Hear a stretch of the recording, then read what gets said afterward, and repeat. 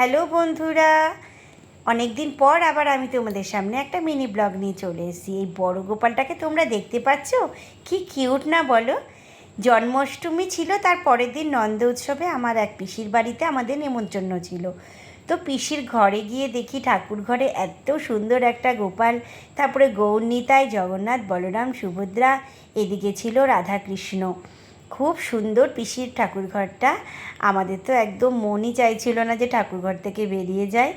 অনেকক্ষণ বসেছিলাম ঠাকুরঘরে, আর গোপালটাকে আমি তো অনেকক্ষণ ধরে দেখছিলাম। ওকে মনে হচ্ছিল একটু জড়িয়ে ধরে আদর করি, এত ভালো লাগছিল। তারপরে অগত্যা ঠাকুরঘর থেকে বেরোতেই হলো। এই দেখো, এদিকে আমার দাদার মেয়ে আর আমার মেয়ে, দুই বোন মিলে একটু খুনসুটি করছে। ওই যে আমার পিসি।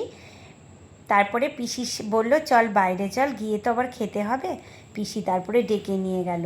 তারপরে আমরা খেতে বসে গেলাম। প্রথমেই দিল দেখো খিচুড়ি, খিচুড়ির সাথে দিয়েছিল একদম গরম গরম বেগুনি।